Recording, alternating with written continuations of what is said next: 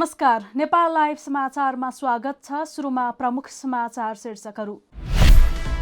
13औं दक्षिण एसियाली पुरुष फुटबलमा भुटानलाई हराउँदै नेपालले जित्यो स्वर्ण। चौथो पटक उपाधि जितेसँगै साग फुटबलमा नेपाल र पाकिस्तानको रेकर्ड बराबर। राष्ट्रपति विद्यादेवी भण्डारीद्वारा संसद अधिवेशन आह्वान। पुस 4 गतेका लागि बैठक बोलाइयो। संसद सञ्चालनपछि नयाँ सभामुख चयनको प्रक्रिया अघि बढ्ने। जापानमा रोजगारीका लागि नोभेम्बरमा भएको भाषा परीक्षाको नतिजा सार्वजनिक। 2 चरणको परीक्षामा सहभागी 497 मध्ये 56 जना मात्रै उत्तीर्ण। 13औं दक्षिण एसियाली खेलकुद प्रतियोगिताका सबै खेल सम्पन्न। 317 स्वर्णका लागि भएको खेलमा भारत पहिलो, 51 स्वर्ण सहित नेपाल दोस्रोमा। र भारतको नागरिकता विधेयक तल्लो सदनबाट पारित। नयाँ मुस्लिम विरोधी कानून भएको भन्दै आलोचना। भारतीय गृह मन्त्री र अन्य प्रमुख नेतालाई अमेरिकामा प्रतिबन्ध लगाउन सुझाव। नेपालले साग पुरुष फुटबलको फाइनलमा भुटानलाई 2-1 ले हराउँदै स्वर्ण पदक जितेको छ। अभिषेक रिजाल र सुनिल बलको गोलमा नेपाल विजयी भएको हो। भुटानका लागि कप्तान चेन्चो ग्याल्सेनले 1 गोल गरे। पहिलो पटक साग फुटबलमा फाइनल पुगेर इतिहास बनाएको भुटानले लीग चरणमा पनि नेपाल बाहेक सबैलाई हराएको थियो। नेपाल लीगको अन्तिम खेलमा बंगलादेशलाई 1-0 ले हराउँदै फाइनलमा पुगेको थियो। लीग चरणमा भुटानलाई 4-0 ले हराएको नेपालले मालदिप्सलाई 2-1 ले हराएको थियो भने श्रीलङ्कासँग 1-1 को बराबरी खेलेको थियो। 3 वर्ष अघि भारतमा भएको सागमा पनि नेपालले आयोजक भारतलाई हराउँदै स्वर्ण जितेको थियो। मंगलबार भएको खेलमा जित हात पारेसँगै नेपालले अहिलेसम्म सागमा चौथो पटक स्वर्ण जितेको हो। यसअघि पाकिस्तानले 4 पटक पुरुष फुटबलमा स्वर्ण जितेको थियो। यो जितसँगै नेपाल र पाकिस्तानको रेकर्ड बराबर भएको छ। राष्ट्रिय मानव अधिकार आयोगका अध्यक्ष अनुप राज शर्माले मुलुकमा अपराध र दण्डहीनता बढेको बताएका छन्। 71औं अन्तर्राष्ट्रिय मानव अधिकार दिवसका सन्दर्भमा आयोजित कार्यक्रममा अध्यक्ष शर्माले लोकतान्त्रिक संविधान जारी भएपछिको अवस्थामा पनि दण्डहीनतामा कमी नआएको बताए। उनले निर्वाचन सम्पन्न गरी जनताले चुनेका प्रतिनिधिहरू सत्तामा भए पनि निष्क्रिय रहनु दुःखद भएको भन्दै चिन्ता व्यक्त गरे। अध्यक्ष शर्माले मिडिया काउन्सिल विधेयक र मानव अधिकार आयोगको संशोधित विधेयक ल्याउँदा सरकारले सम्बन्धित पक्षहरूसँग छलफल नै नगरेको भन्दै असन्तुष्टि जनाए। सबै तथ्याङ्कहरू हेर्दाखेरि नेपालमा दण्डहीनता बढेको छ। मेरो तथ्याङ्क होइन, प्रहरीले दिएको तथ्याङ्कले अपराध बढेको छ, दण्डहीनता बढेको छ। र वास्तवमा मलाई आश्चर्य लाग्छ कहिलेकाहीँ कि संविधान एउटा लोकतान्त्रिक संविधान भयो, त्यस अन्तर्गत निर्वाचन पनि भयो, सरकार हामीले नै चुनेको सरकार आयो। तर सरकार किन एउटा गणतन्त्र जीवन हतियारले छायो र मानिसलाई मार्नु कुनै अबेरै लाग्ने हतियार भनेको एउटा प्रतीकात्मक कुरा हो। आचरण नै अधिकारवादीहरूको शक्ति भएको बताउँदै अध्यक्ष शर्माले हतियारको नभई विचारको लडाईँ लड्ने समेत बताएका छन्। राष्ट्रपति विद्यादेवी भण्डारीले पुस 4 गते दिउँसो 4 बजेका लागि संसद अधिवेशन आह्वान गरेकी छिन्। सोमबार साँझ बसेको मन्त्री परिषद बैठकले सोही मितिका लागि संसद अधिवेशन आह्वानका लागि राष्ट्रपति समक्ष सिफारिस गरेको थियो। संविधानको धारा 93 को उपधारा 1 बमोजिम अन्तर्राष्ट्रिय सम्मेलन केन्द्र नयाँ बानेश्वर काठमाडौँमा संघीय संसदको दुवै सदनको अधिवेशन आह्वान गरिएको राष्ट्रपति कार्यालयका प्रवक्ता हरिप्रसाद दाहालद्वारा जारी विज्ञप्तिमा भनिएको छ। संसदको चौथो अधिवेशन गत असोज 2 गते सकिएको थियो। संसद अधिवेशन सकिएकै समयमा तत्कालीन सभामुख कृष्णबहादुर महरा जबरजस्ती करनी उद्योगमा मुछिएपछि राजीनामा दिएका थिए। प्रतिनिधि सभा सभामुख विहीन हुँदा उपसभामुखको अध्यक्षतामा बैठक बस्न सक्ने व्यवस्था छ। अब बस्ने प्रतिनिधि सभा बैठकको अध्यक्षता उपसभामुख शिवमाया तुम्बा हाम्फेले गर्ने र संसद सञ्चालनमा आएपछि नयाँ सभामुख चयनको प्रक्रिया अघि बढ्ने बताइएको छ। सरकारले नयाँ भूमि विधेयक बनाउनका लागि छलफल प्रक्रियाको थालनी गरेको छ। गुठी सहितको नयाँ एकीकृत भूमि विधेयक ल्याउन भूमि व्यवस्था, सहकारी तथा गरिबी निवारण मन्त्रालयले मंगलबार गुठीसँग सम्बन्धित सरोकारवाला विज्ञहरूसँग छलफल गरेको हो। मन्त्रालयले अन्तर्क्रिया कार्यक्रमको आयोजना गरी सरोकारवाला विज्ञहरूको सुझाव लिएको छ। छलफलमा सरोकारवालाहरूले गुठीको भावना नमर्ने गरी गुठी विधेयक ल्याउन आग्रह गरेका छन्। सरोकारवाला र विज्ञको सुझावपछि भूमि व्यवस्था, सहकारी तथा गरिबी निवारण मन्त्री पद्मा कुमारी अर्यालले अब आउने भूमि विधेयक सरकार, सरोकारवाला र गुठियार बीचको सहमतिको साझा दस्तावेज हुने बताइन्। तपाईहरुका गुठी व्यवस्थापनका सन्दर्भमा गुठीसित जोडिएका अब जग्गावालहरुका, किसानहरुका जे समस्या छन् त्यो समस्याको समाधान गर्ने सवालमा तपाईहरुका सुझाव के हो?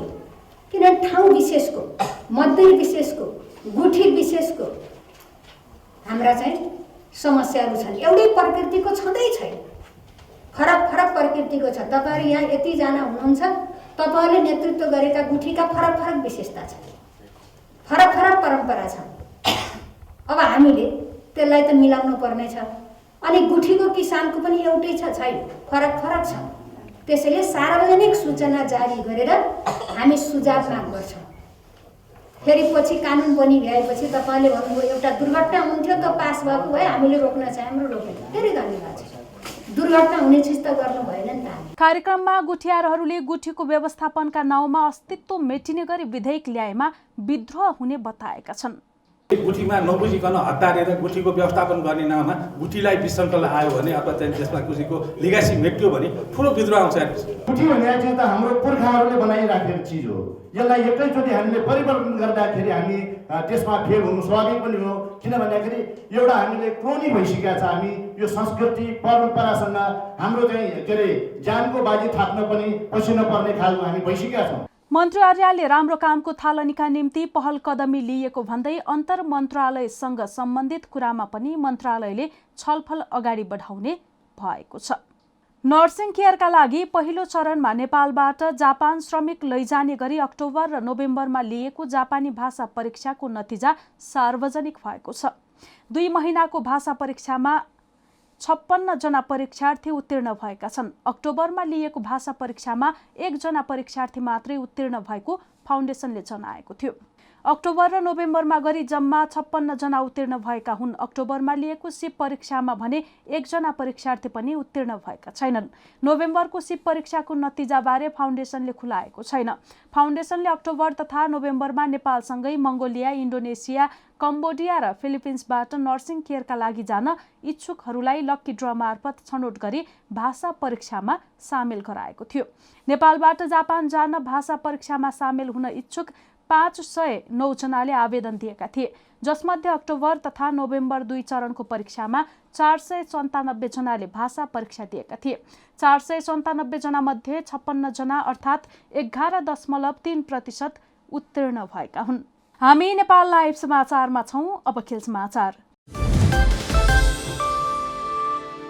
13औं दक्षिण एसियाली खेलकुद प्रतियोगिताका सबै खेल सम्पन्न भएका छन्। प्रधानमन्त्री केपी शर्मा ओलीले साग प्रतियोगिताले भ्रमण वर्ष 2020लाई सफल बनाउन योगदान पुर्याउने विश्वास लिएको बताएका छन्। साग समापन समारोहका अवसरमा आफ्नो भिडियो सन्देशमा प्रधानमन्त्री ओलीले सम्बद्ध सबै पक्षलाई धन्यवाद पनि दिएका छन्।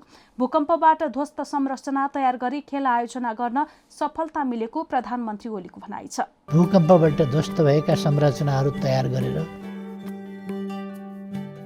खेल आयोजना गर्न सफलता मिलेको छ र यस वर्ष यसपल्टको खेलमा पहिले कहिल्यै भन्दा बढी खेलाडीहरूको सहभागिता, पहिले कहिल्यै भन्दा बढी खेलहरूको संलग्नता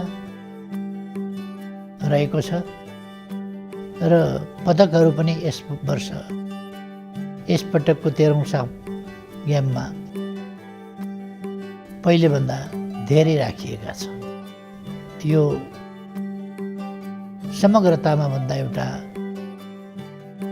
सफल र ऐतिहासिक खेलकुदको रूपमा रहेको छ। मङ्सिर 12 गतेबाट प्रतियोगिता सुरु भए पनि मङ्सिर 14 गते दशरथ रङ्गशालामा सागको औपचारिक उद्घाटन भएको थियो। जम्मा 317 स्वर्ण पदकका लागि भएको खेलमा भारतले 174 स्वर्ण, 93 रजत र 45 काँस्य जित्दै पहिलो भएको छ। यसैगरी नेपाल 51 स्वर्ण, 60 रजत र 95 काँस्य जित्दै दोस्रो भएको छ। श्रीलङ्काले 40 स्वर्ण, 83 रजत र 128 काँस्य जितेको छ।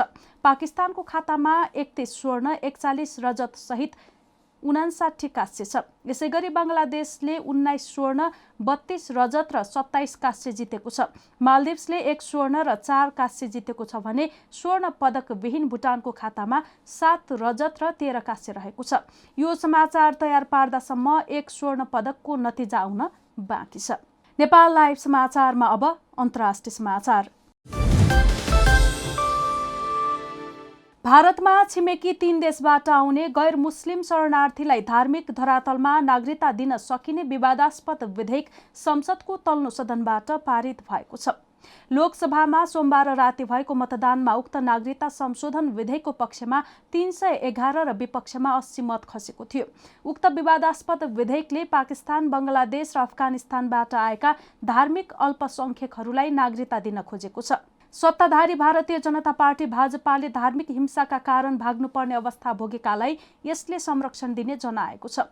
प्रधानमन्त्री नरेन्द्र मोदीले यस कदमलाई सबैलाई मिलाएर राख्ने र मानवीय मूल्यले भरिएको भारतको शताब्दीौं पुरानो परम्परा अनुरूप भएको बताएका छन्। तर आलोचकहरूले भने उक्त विधेयक मुस्लिमहरूलाई सीमान्तकृत पार्ने भाजपाको एजेन्डाको एउटा अंश रहेको दाबी गरेका छन्। यसैबीच अन्तर्राष्ट्रिय धार्मिक स्वतन्त्रताका लागि अमेरिकी आयोगले भारतीय संसदको तल्लो सदन लोकसभामा नागरिकता संशोधन विधेयक पास गरिएकोमा भने चिन्ता जनाएको छ।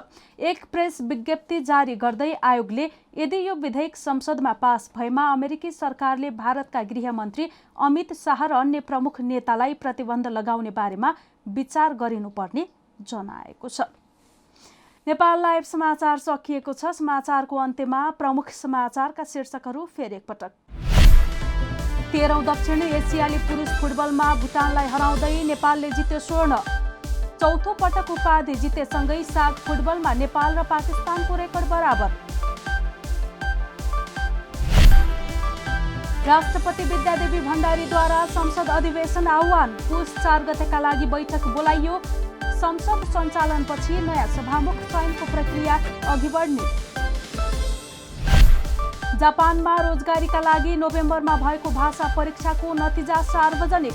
2 चरणको परीक्षामा सहभागी 497 मध्ये 56 जना मात्रै उत्तीर्ण। 13औं दक्षिण एसियाली खेलकुद प्रतियोगिताका सबै खेल सम्पन्न। 317 स्वर्णका लागि भएको खेलमा भारत पहिलो, 51 स्वर्ण सहित नेपाल दोस्रोमा। र भारतको नागरिकता विधेयक तल्लो सदनबाट पारित। नयाँ मुस्लिम विरोधी कानून भएको भन्दै आलोचना। भारतीय गृह मन्त्री र अन्य प्रमुख नेतालाई अमेरिकामा प्रतिबन्ध लगाउन सुझाव। नेपाल लाइभ समाचार आज यति नै। हाम्रा सबै कार्यक्रम युट्युब, फेसबुक, ट्विटर र हाम्रो वेबसाइट nepallive.com मा पढ्न र हेर्न सक्नुहुनेछ। नमस्कार।